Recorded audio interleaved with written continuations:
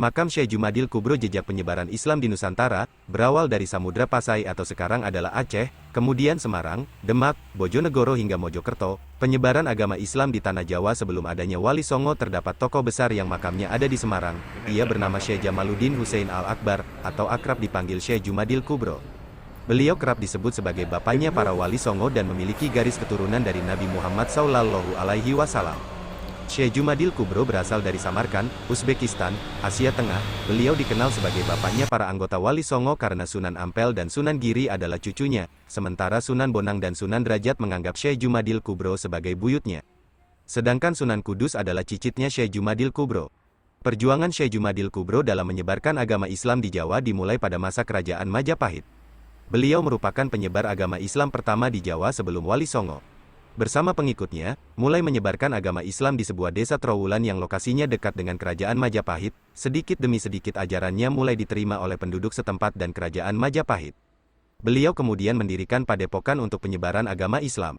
Terkait makam Syekh Jumadil Kubro, menurut penjaga makam menuturkan, banjir yang kerap menggenangi Semarang dan makam yang terangkat jadi satu di antara tanda penemuan makam, saat terjadi banjir besar tepatnya tahun 1970-an. Namun ada sebuah makam yang tak kebanjiran, dan konon makam tersebut seperti terangkat, dan menurut saksi mata saat akan ada pelebaran jalan untuk eksit tol Semarang Serondol tahun 1985 semua makam akan direlokasi. Ada satu makam yang tidak bisa diangkat, bahkan beberapa alat berat mengalami kerusakan hingga jalan tersebut digeser ke selatan.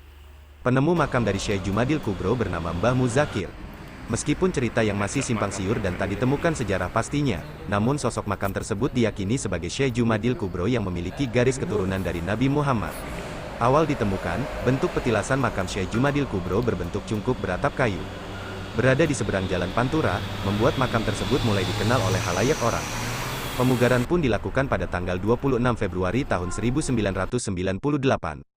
Untuk lantai 1 sebagai bangunan makam, lantai 2 dan 3 sebagai masjid, terlihat dari prasasti yang menempel di dekat anak tangga menuju Masjid Syekh Jumadil Kubro, guna pengunjung yang datang tak hanya berziarah, namun dapat pula menyegerakan kewajiban salat. Makam Syekh Jumadil Kubro berada di Jalan Raya Pantura, Tambak Rejo, Kecamatan Gayam Sari, Kota Semarang, lebih tepatnya berada di sebelah timur dari eksit tol Tanjung Mas Rondol, Kota Semarang.